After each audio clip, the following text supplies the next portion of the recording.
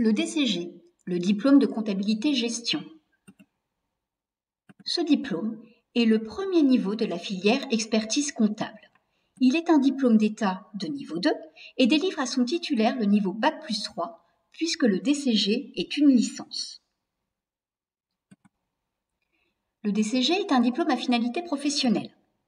En effet, il permet l'acquisition des bases indispensables pour une carrière dans les domaines de la comptabilité et de la gestion évidemment, mais également dans les domaines de la fiscalité et de la finance d'entreprise.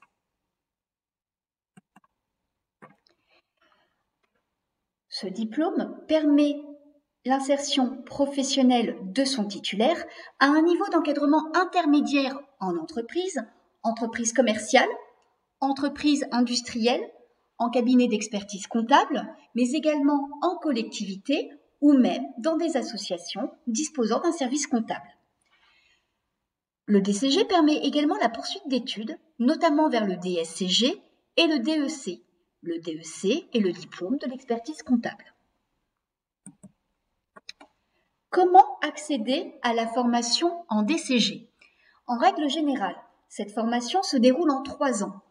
DCG 1, DCG 2, DCG 3.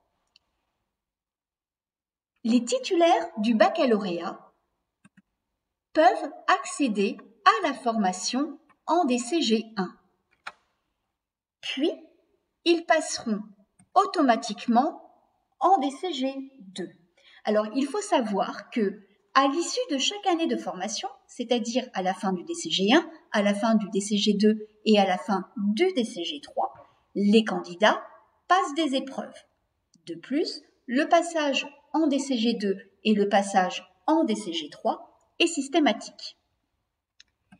Les titulaires du BTS Comptabilité Gestion, les titulaires du DUT GEA ou bien de licence professionnelle dans le domaine comptable, fiscal, de finance d'entreprise, de contrôle de gestion, peuvent accéder à la formation directement en rentrant en DCG 2. Puis, à l'issue de cette année, ces mêmes candidats rentreront en DCG 3. Il est important de savoir qu'au CFA de la Maison de la Formation, l'entrée se fait à partir de l'année DCG 2. Les titulaires du BTS Comptabilité Gestion ainsi que les titulaires du DUT GEA bénéficient de dispenses pour certaines épreuves. Pourquoi choisir le DCG en alternance? Eh bien, tout simplement pour acquérir la maîtrise d'un savoir-faire en entreprise et acquérir les connaissances théoriques durant les cours au CFA. Les apprentis pourront mettre en pratique les connaissances théoriques lors de leur formation en entreprise. C'est donc pour cette raison que nous demandons aux apprentis en DCG de savoir faire preuve de professionnalisme et de sérieux. Les épreuves de DCG sont au nombre de 14. 14 épreuves réparties en DCG 1, en DCG 2 et en DCG 3. Mais ces épreuves sont également réparties en 4 axes. Premier axe, le droit des affaires. Deuxième axe, la gestion comptable et financière. Troisième axe, l'analyse économique et managériale. Et enfin, dernier axe, la communication et l'environnement numérique. Alors, je vais donc vous présenter toutes les matières enseignées en DCG 1. Je ne vais pas vous les présenter par année d'enseignement, je vais vous les présenter par axe. De plus, je vais vous les présenter par ordre de code d'épreuve. Par exemple, pour le droit des affaires, il y a l'épreuve UE1, l'épreuve UE2, l'épreuve UE3 et l'épreuve UE4.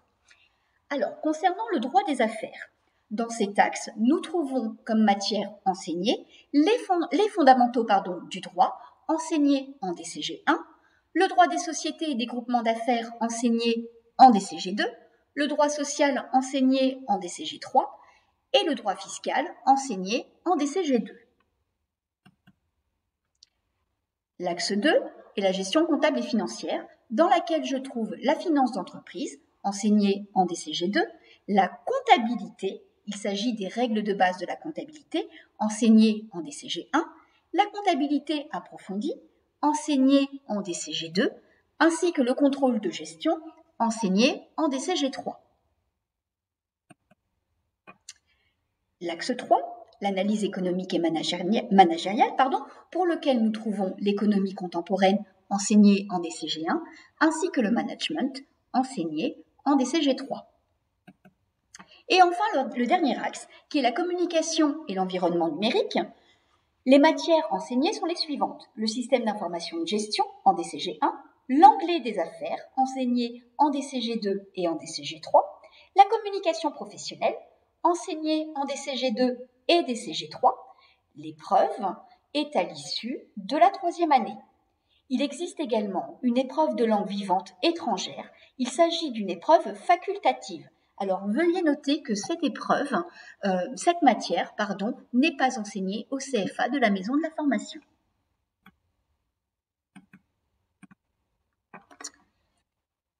Les épreuves de DCG sont des épreuves écrites qui reposent sur l'étude de situations pratiques nécessitant des analyses rédigées. Alors, je vous ai dit qu'il s'agissait d'épreuves écrites. Mais il existe bien une épreuve orale, il s'agit de l'épreuve de communication professionnelle, qui repose sur un support écrit. Ce support écrit est un dossier mémoire dans lequel le candidat doit présenter l'entreprise d'accueil.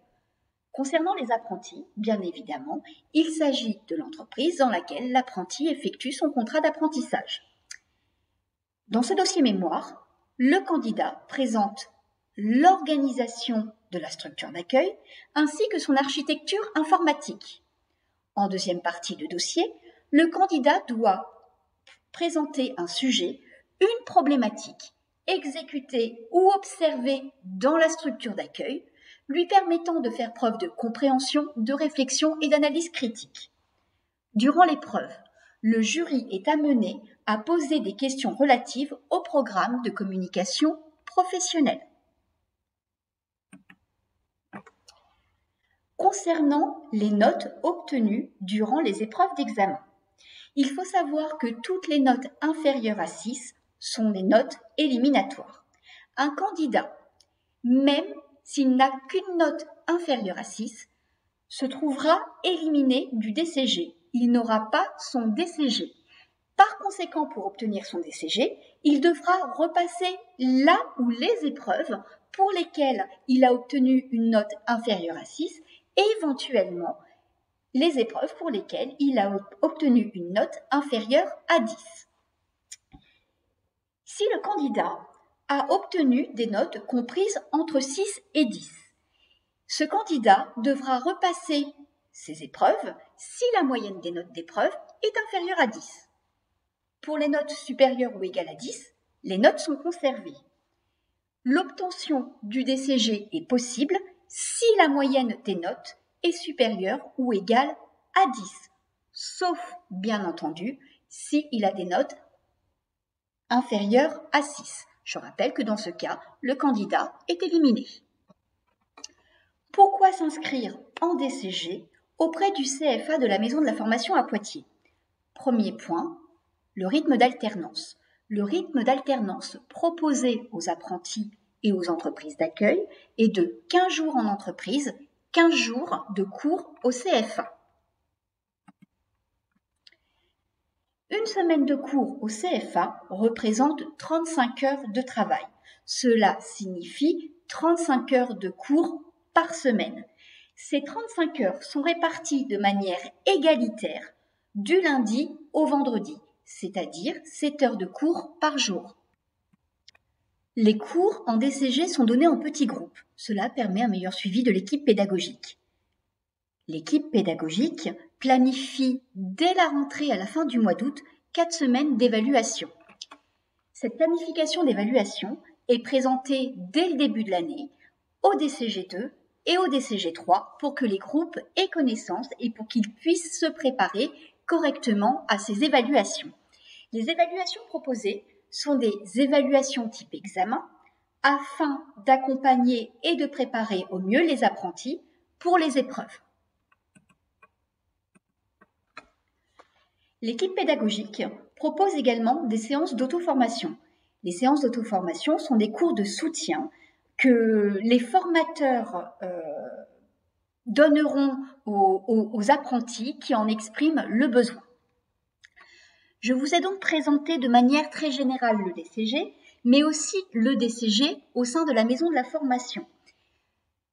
Donc je vous remercie pour votre écoute.